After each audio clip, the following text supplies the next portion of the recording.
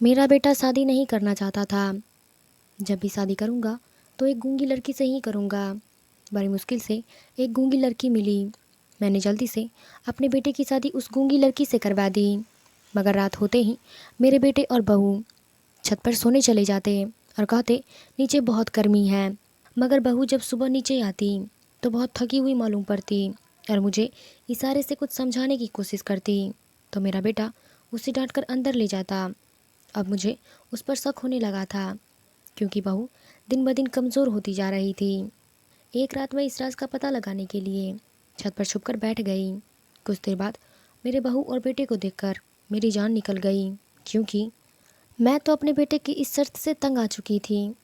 मैं जब भी उससे कहती कि मैंने तुम्हारे लिए एक खूबसूरत लड़की पसंद की है, मेरी बात सुनकर मेरा बेटा कहता, माँ मुझे खूबसूरत लड़की नहीं बल्कि एक गूंगी लड़की से शादी करनी है। पहले तो मुझे लगा कि शायद मेरा बेटा मजाक कर रहा है मेरे साथ, इसलिए मैंने उसकी बात पर ज़्यादा ध्यान नहीं दिया और लड़कियां पसंद करनी शुरू कर दी। मैंने एक खूबसूरत सी लड़की पसंद कर ली, पर जब मैंने उस लड़की की तस्वीर अपने बेटे को दिखाई तो वो कहने लगा, माँ क्या ये लड़की गूंगी है? मैं उसकी इस बात पर हंस पड़ी और बोली, नहीं नहीं, लड़की तो बहुत प्यारी बोलती है, उसकी आवाज़ तो बिल्कुल कोयल जैसी है। मेरा बेटा गुस्से से बोला, माँ अपना और मेरा वक्त ख़राब ना कीजिए। जब मैंने कह दिया कि मुझे गूंगी लड़की से ही शादी करनी है तो आप मेरी बात क्यों नहीं मानती हैं? अब मैं चौंक गई थी कि क्या सच में मेरे बेटे की यही मर्ज़ी है। मैंने कहा, रजत ऐसा भी क्या बात हो गया है कि तुम्हें गूंगी लड़की से ही शादी करनी है? रजत बोला, माँ मैं तो शादी ही नहीं करना चाहता था, पर आप इतना ज़िद कर रही हैं तो मैं मान गया हूँ, पर एक ही शर्त पर कि मैं जब शादी करूँगा तो गूंगी लड़की से ही शादी करूँगा। मैं अजीब सी परेशान हो गई थी क्योंकि मैं रजत को बचपन से जानती थी कि वो शुरू से ही गंभीर था, हर वक्त गहरी सोच में डूबा रहता था, अपने काम से काम रखने वाला। उसने कभी बेवजह हंसी मजाक भी नहीं किया था, इसलिए मैं अच्छी तरीके से उसे जानती थी। ये सब मजाक नहीं कर रहा है, क्योंकि हर बात पत्थर की लकीर होती है। एक बार मैंने उसे समझाते हुए कहा, बेटा अगर तुम अभी शादी नहीं करना चाहते हो तो ठीक है, पर यह गूंगी लड़की क्यों? उसने कहा, क्यों माँ, गूंगी लड़की इंसान नहीं होती है क्या? तुम अच्छी तरीके से जानते हो कि मैंने अगर तुम्हारे लिए गूंगी लड़की ढूंढी तो लोग हम दोनों का मजाक बनाएंगे। लोग कहेंगे में न जाने ऐसी कौन सी कमी थी जो मैंने तुम्हारे लिए एक गूंगी लड़की को ढूंढा। उसने कहा, माँ मैंने आज तक किसी की परवाह नहीं की है। मुझे लोगों की बातों से कोई मतलब नहीं है। मैं शादी करूँगा तो गूंगी लड़की से ही करूँगा। रजत की जिद के आगे मैंने हार मान लिया था, मगर सबसे बड़ी परेशानी तो यह थी कि गूंगी लड़की ढूंढूं तो ढूंढूं कहाँ से। खैर रजत के इस फैसले को मैंने मान लिया था क्योंकि मैं चाहती थी कि रजत का घर जल्द से जल्द बस जाए, क्योंकि मेरा एक ही बेटा था और मैं चाहती थी कि उसका घर अपने जीते जी बसता हुआ देख सकूं। और यह भी एक वजह थी कि मेरी उम्र अब धीरे धीरे ढल रही थी, मुझसे घर के कामकाज नहीं होते थे। जब रजत 2 साल का था तो उसके पापा इस दुनिया को छोड़कर चल बसे थे। उस वक्त मेरी उम्र कम थी। मुझे लोगों ने मशवरा दिया था कि दूसरी शादी कर लो और अपना घर बसा लो, मगर मैं रजत की वजह से ये कदम कभी ना उठा सकी। अपनी औलाद तो हर इंसान को प्यारी होती है, मगर मुझे रजत से इस कदर प्यार था, मैं उसके लिए कुछ भी कर सकती थी। जब भी मुझसे कोई कहता कि तुम दूसरी शादी कर लो तो मेरे दिमाग में यह ख्याल आता कि अगर मेरे दूसरे पति ने मेरे बेटे का ख्याल नहीं रखा तो, अगर वो उसकी जिम्मेदारी लेने से इनकार कर दिया तो मैं क्या करूँगी। बस इसी वजह से मैंने दूसरी शादी नहीं की। मुझे रजत से बहुत लगाव था। मैंने अपने घर का माहौल एकदम दोस्ताना रखा था। मैं चाहती थी कि मैं और रजत दोस्तों की तरह रहें और एक दूसरे के साथ हर वक्त केयर करें, पर मैं ऐसा करने में नाकाम रही। जाने क्यों रजत खोया खोया सा रहता था। शुरू में मुझे लगा कि अभी बच्चा है, बाप की कमी को महसूस करता होगा, शायद जब बड़ा हो जाएगा तो ठीक हो जाएगा, मगर यह मेरी गलत फहमी थी। वो तो बड़े होने के बाद और गुमसुम रहने लगा। फिर मैंने सोचा कि किसी ऐसी लड़की से शादी करवाऊंगी जो बहुत बहुत हंसमुख होगी, रजत से ढेर सारी बातें करेगी, तो रजत धीरे धीरे सुधर जाएगा। मगर मेरे इस अरमान पर रजत ने पानी फेर दिया था। हमेशा की तरह इस बार भी मैंने रजत के ख्वाहिश के आगे हार मान लिया था। मैंने उसके लिए एक गूंगी लड़की ढूंढने लगी, मगर मुझे यह नहीं पता था कि गूंगी लड़की ढूंढना इस कदर मुश्किल हो जाएगा। मैंने कुछ लोगों से कहा भी कि मुझे रजत के लिए एक गूंगी लड़की चाहिए, पर परेशानी की बात तो यह थी कि कोई भी मेरी बात पर गंभीरता से नहीं लेता था। गूंगी लड़की की बात करती, वो आगे से कहती, छोड़ो तुम गूंगी लड़की, यह देखो देखो कितनी प्यारी लड़की है, पास है और बहुत खूबसूरत भी है। लड़कियों की तस्वीर दिखाकर लोग तारीफ करते नहीं थकते थे, लेकिन अब मैं बहुत परेशान हो चुकी थी। मेरे हाथ में कुछ भी नहीं था। एक दिन मैंने बड़ी मुश्किल से घर का काम निपटाया और थोड़ी देर के लिए चारपाई पर बैठ गई। तभी मेरे दरवाजे पर दस्तक हुई और एक औरत आई। उस औरत को देखते ही मैं पहचान गई। वो अक्सर ही हम लोगों के घर आकर कुछ खाने की चीज़ें मांग लिया करती थी। वो बहुत गरीब थी। मुझे लगा शायद खाने पीने की चीज़ें मांगने आई होगी। उसे देखकर मैंने कहा, ठीक है, मैं तुम्हारे लिए कुछ लाती हूँ। उसने कहा, नहीं दीदी, मुझे आज कुछ नहीं चाहिए, कहने आई हूँ। मैंने कहा, हाँ बताओ क्या बात है।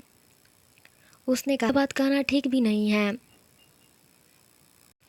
कि नहीं, बस आपके बारे में सुना है कि आप इस वक्त बहुत परेशान हैं, तो बताने आई हूँ। अगर मेरी बात आपको बुरी ना लगे तो नादान समझकर मुझे माफ़ कर दीजिएगा। मैंने कहा बताओ तो सही, क्या बात है, इतनी पहेलियाँ क्यों बुझा रही हो?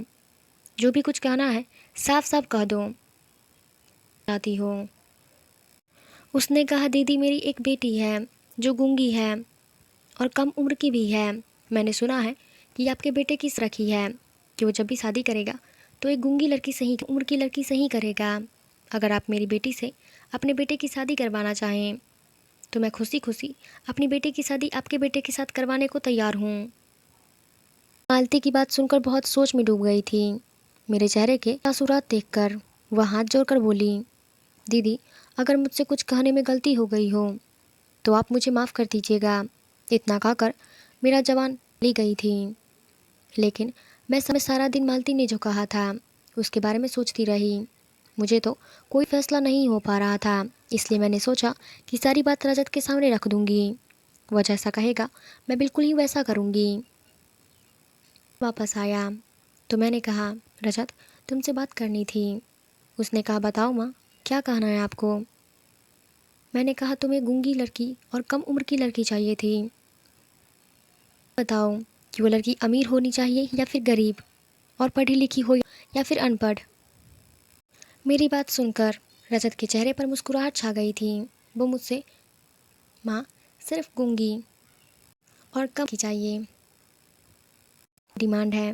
मैंने कहा, रजत वह जो मालती है ना, जो लोगों के घर कभी कभार खाने की आती है, वो तुम्हारे लिए बेटी का रिश्ता लेकर आई थी क्योंकि उसकी बेटी गूंगी है। मगर मैंने उसकी बात का कोई जवाब नहीं दिया। वो दरअसल मैं यह सब सोचकर परेशान हो गई थी कि मैं ये एक फ़कीरनी की बेटी को ब्याह कर कैसे लाऊंगी। फिर मैंने सोचा कि तुमसे मशवरा कर लूँ, अगर तुम्हें एतराज़ नहीं होगा तो मैं उससे भी। मेरी बात सुनकर रजत झट से बोला, माँ आपको उसी वक्त मालती की बात मान लेनी चाहिए थी और उसे बता देना चाहिए था कि मुझे रिश्ते दूर है। मैंने कहा, रजत तुम्हें यह फैसला सोच समझ कर करना चाहिए, बाद में ये ना हो कि तुम मुझे कहो कि आपने मेरे लिए कैसी लड़की पसंद कर ली है। रजत ने कहा, माँ मुझे इस रिश्ते से कोई ऐतराज़ नहीं है, बस मेरी एक ही शर्त है कि लड़की कम उम्र और गूंगी होनी चाहिए। अब चाहे वो किसी फ़कीरनी की बेटी हो या किसी की भी, मुझे फ़र्क नहीं पड़ता। मुझे जो चाहिए वो मिल रहा है, मुझे मंजूर है। उसकी बात पर मैंने सिर हिला दिया। रजत उठकर मुँह हाथ पैर धोने के लिए चला गया, जबकि मैं रजत के बारे में सोचने लगी थी कि ना जाने इस लड़की को क्या हो गया है कि वो एक फ़कीरनी की बेटी से भी शादी करने को तैयार हो गया है। धीरे धीरे वक्त गुजर रहे थे और मैंने महसूस किया कि गुजरते वक्त के साथ साथ रजत की बेचैनी बढ़ती जा रही थी। उसने मुझसे कहा कि मैं जल्द से जल्द लड़की के घर जाकर उसका हाथ मांग लूँ। अब मैं और इंतज़ार नहीं कर सकता। रजत की बातों ने मुझे हैरान करके रख दिया था। पहले तो मेरा बेटा शादी करने को तैयार नहीं था और अब तैयार हो इतनी जल्दी मचा दी है। मुझे कुछ समझ में नहीं आ रहा था कि हो क्या रहा है। खैर, एक दो दिन बाद मैं और रजत मालती के घर गए। मालती हमें देखते ही खुश हो गई। वो समझ गई कि मैं उसकी बेटी का हाथ मांगने आई हूँ। उसने हाथ जोड़ते हुए हमें एक चारपाई पर बिठाया और कुछ देर बाद वो अपनी बेटी सुधा को लेकर हमारे पास आई। मालती की बेटी सुधा इतनी खूबसूरत थी कि उसे देखकर जी हाँ। मालती ने कहा, दीदी यही मेरी बेटी सुधा है। मैंने इशारों में रजत की तरफ देखा तो रजत ने भी इस शादी के लिए हाँ कर दी। मैं उसी दिन अपने बेटे के इस फैसले के आगे हार मान लिया था। कुछ सोचे समझे रजत और सुधा की शादी तय हो गई। मेरी बेटी सुधा पूरी तरीके से गूंगी नहीं है, बस भगवान ने इसे आवाज़ नहीं दी है, लेकिन यह हम सब की बातें सुन सकती हैं, बस बोल नहीं सकती। मालती की बात सुनकर मैंने कहा, चलो अच्छी बात है, हमें इसके हाथ करनी पड़ेगी। हम जो कुछ भी इसे कहेंगे यह समझ जाएगी। मालती ने कहा, हाँ दीदी। रजत ने अपना फैसला सुनाते हुए कहा कि मैं शादी इंतज़ार नहीं कर सकता। अगर अगले हफ्ते हम लोग मंजूर है तो हम ये शादी करने को तैयार हैं। रजत के इस बात पर मुझे बहुत गुस्सा आया कि इस लड़के को शर्म नाम की कोई चीज़ नहीं है। यह अपना फैसला सुनाने लगा, और शादी की इतनी जल्दी क्या है, आखिर ये इतना बेचैन क्यों है। पर अब तक मैंने अपने बेटे के हर फैसले पर हामी भरी थी, तो यह फैसला भी मुझे उसका मानना ही था। इस बात पर मैंने मालती की तरफ देखा और उसे जल्दी शादी करने की कोई एतराज़ नहीं था। रिश्ता तय करने के बाद मैं और रजत दोनों घर आ गए थे। धीरे धीरे मैं रजत से की शादी करने की तैयारी में लग गई और वो वक्त भी आ गया जिस दिन रजत की शादी थी। रजत ने पहले ही कह दिया था कि मेरी शादी सादगी से होगी, इसलिए हमने ज़्यादा तामझाम नहीं किया और रजत और सुधा की शादी करवा दी गई। तो दोस्तों, ये हमारी कहानी का फर्स्ट पार्ट था। अगर आपको पूरी कहानी देखनी है ये हमारे इस चैनल से जुड़े रहें, और आपको ये कहानी कैसी लगी हमें कमेंट करके ज़रूर बताइएगा। और आपको कैसी लगी, अगर अच्छी लगी हो तो प्लीज़ एक लाइक कर दीजिएगा, और अगर आप चैनल पर नए हैं तो सब्सक्राइब भी कर दीजिएगा। अगर कर दिए हैं तो धन्यवाद।